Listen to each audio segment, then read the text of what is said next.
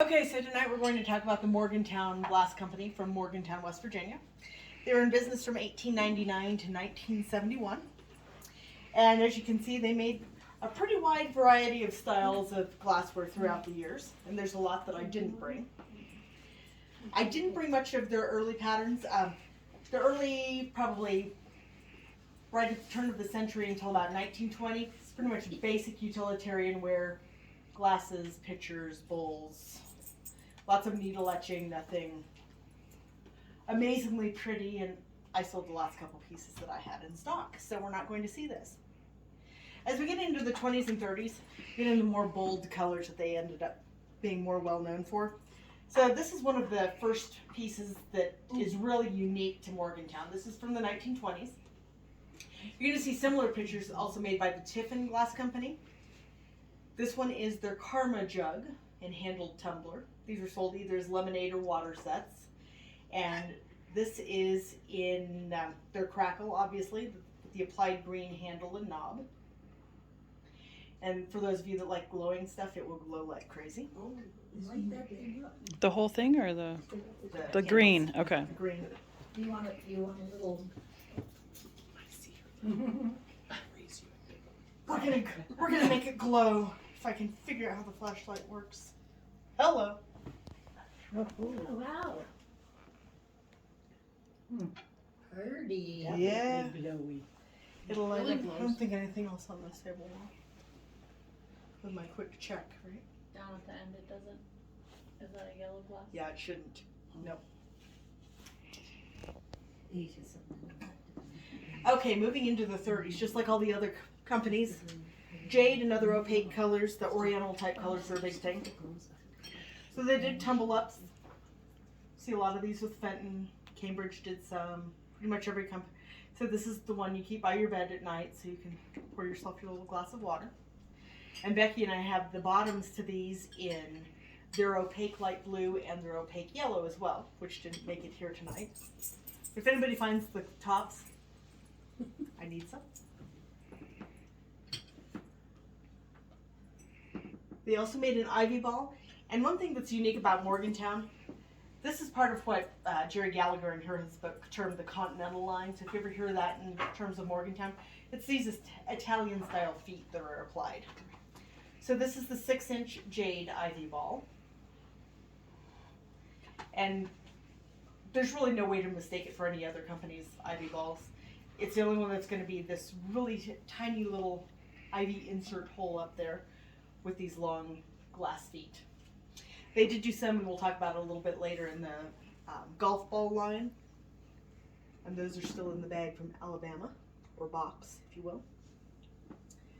Now moving into the 40s, 50s, and 60s, just like all the other companies, they did their lines of etched stemware.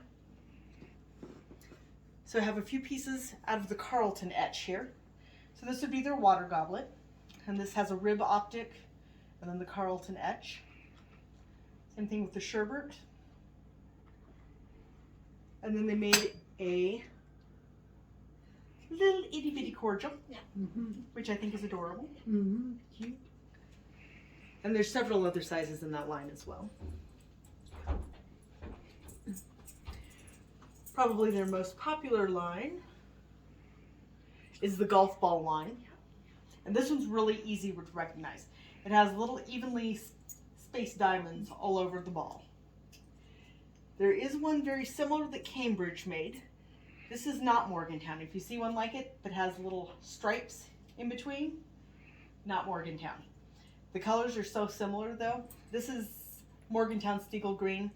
This is Cambridge's Carmen Ruby. And it is almost the same as Morgantown Spanish Red. There's Barb, there's one of those little tumblers over there that's the red. Yep, or I have this little Monroe cocktail in Spanish Red. So this is Morgantown, this is Cambridge. And since we've moved into that, this is another one of their popular lines you see quite a bit. This is their Monroe, and it always has this very triangular bowl to the stems. There is a variation of it, and I can't recall the actual name, but what Morgantown would do a lot is they keep the same stem, and then when they change the bowl shape, they change the name of the line. So say this is Monroe and that one might be Madison. That's not what it's called, but for example's sake, we'll go with that.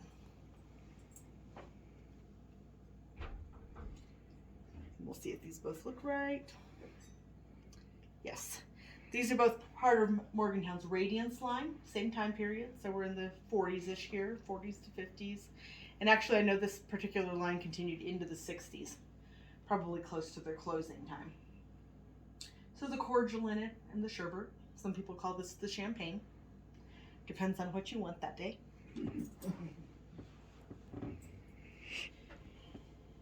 Same time period, but a little bit more casual of glassware. Go into the Dolly Dimples. It's got little dimples in each side. It's a little pinch tumbler. And they called this, let me say it's something like the pinch that fits. So it's very comfortable in your hand. And this is what you'd call a Harlequin set. So there's one of just about every color they made at the time. The color I have in my hand is pineapple. There's nutmeg, old amethyst, Ritz blue, and Spanish red again. Blanco's the only company I knew that did dimpled anything, so that's interesting to learn. And then we'll move into one of the more popular lines. This is Crinkle. So we'll just start off with the Sherberts. And once again, pretty much all of this is made in all the colors they did at the time. So this is the Gloria Blue. It's a nice little, easy to remember morning glory blue, Gloria Blue. This is Gypsy Fire, which is the orangey red. And another thing you'll find in these, all companies imitated each other. So there are other companies that did crinkly and wrinkly glassware. The Crinkle does not have distinct veins in it, like the Seneca driftwood does. So this is one example of the crinkled pitchers. There is a shorter, fatter one called an Ochner jug. There's several other variations. What did they call that color green? I believe that one's emerald green. I'd have to double check. This one's peacock. Now this is a good example of how glass looks a lot different depending on the thickness of the glass. So these are the two are the same color, same glass, but this one's so much thicker that it's a lot more turquoise than this. I would just take this one home, it would be fine, but it doesn't belong to me.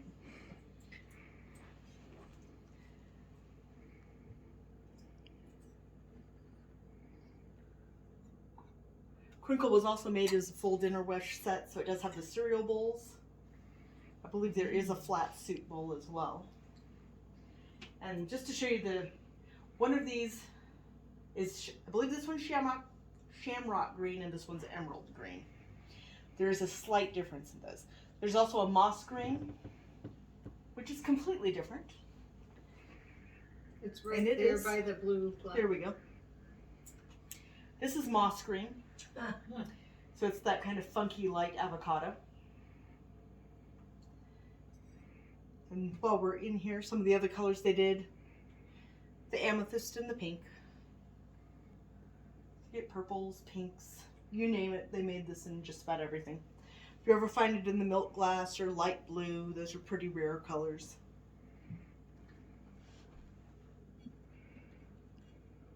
I'm going to try not to clang here. We have the dinner plate and the salad plate in it. So they're all really free-form, modern-looking ones. This is a really popular mid-century modern pattern.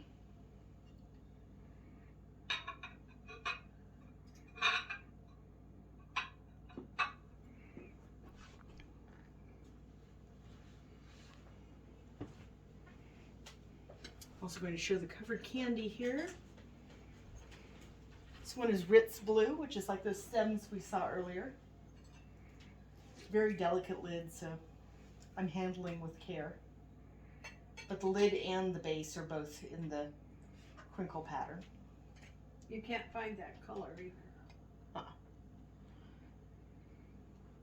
I think it's hard to find any of the dark colors in crinkle. But I don't know if that's just Colorado or if that's across the line. I found it in Wisconsin.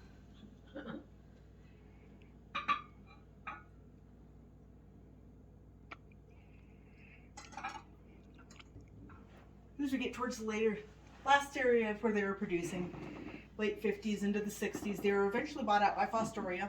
So some of these are Morgantown designs, and some of these are Fostoria designs. There's a lot of crossover right in here. They did a lot of really mid-century, crazy type vases. A lot of them have the pinch with the slant tops. This is another hard to find color. This is their Bristol blue.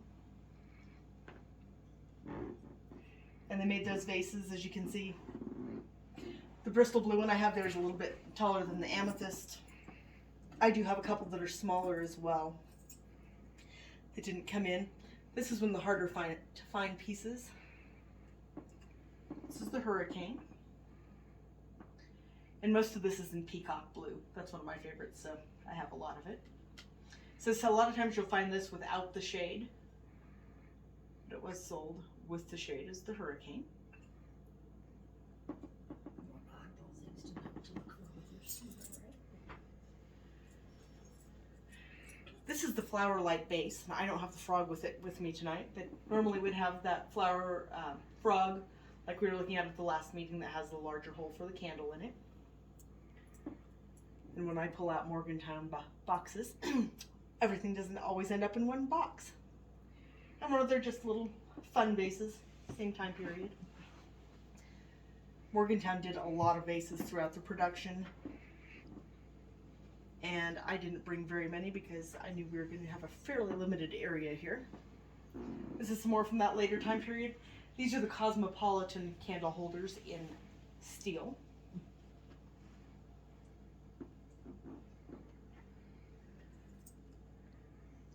They did a lot of egg-shaped things right about that same time. And then probably one of the most mid-mod interpretations of a console set you'll ever see. They have the little candle holders that look like little hourglasses. And then a fun little, I guess you could say, a hollow base bowl. And then these, I was thinking were Morgantown, and now I'm not positive. I had these down as being some of the little Sherberts that were from the same line. But I'm going to have to look these up, because once I got these out tonight, I looked at those next to my peacock and I thought, those aren't quite the right color blue. And they're not Gloria blue either. So those are some worthy of more research. And then hard to find things in Morgantown from this later period